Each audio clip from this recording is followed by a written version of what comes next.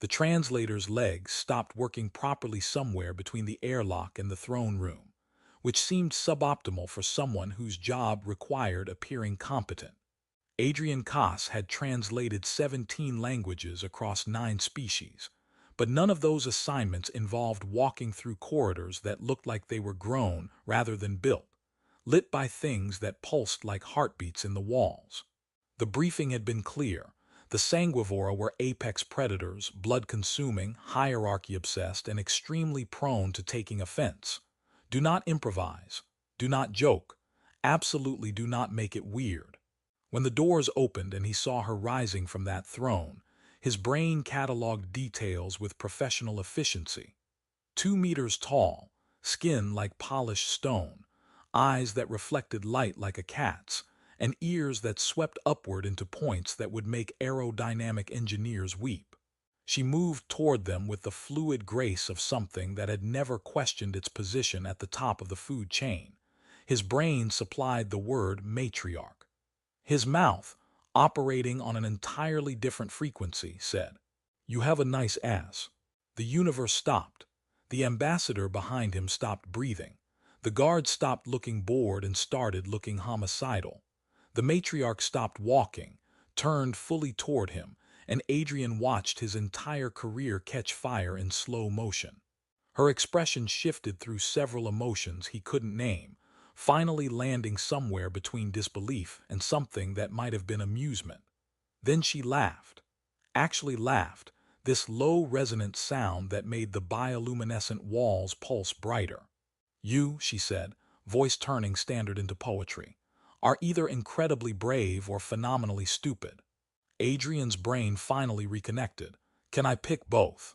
She laughed again, shorter this time, waving back guards who looked disappointed at being denied violence.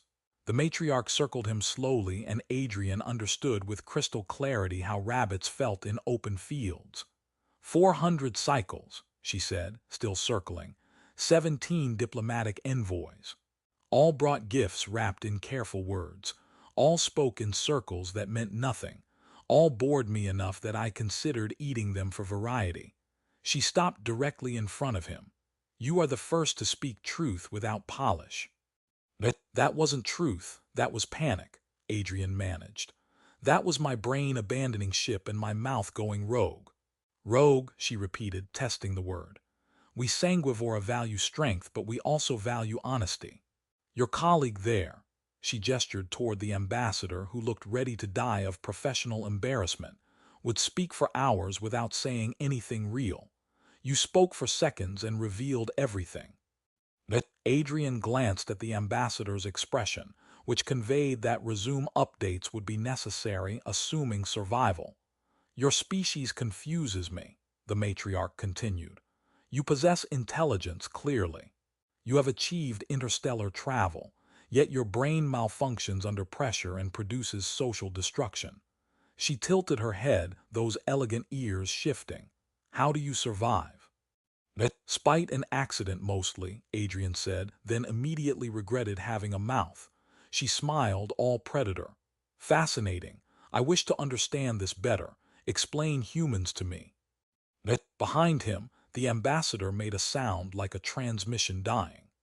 Adrian realized with creeping horror that he was now humanity's representative, because he'd complimented an alien vampire's posterior.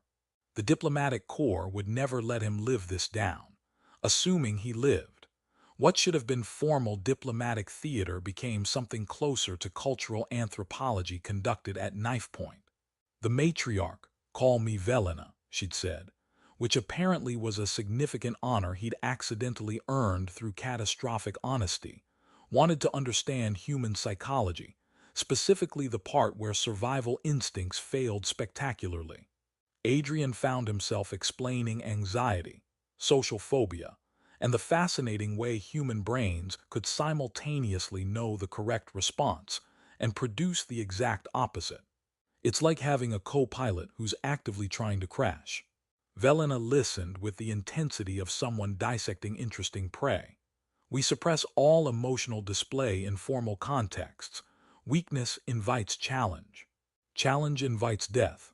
We suppress nothing and somehow expect it to work out, Adrian said. We call it authenticity.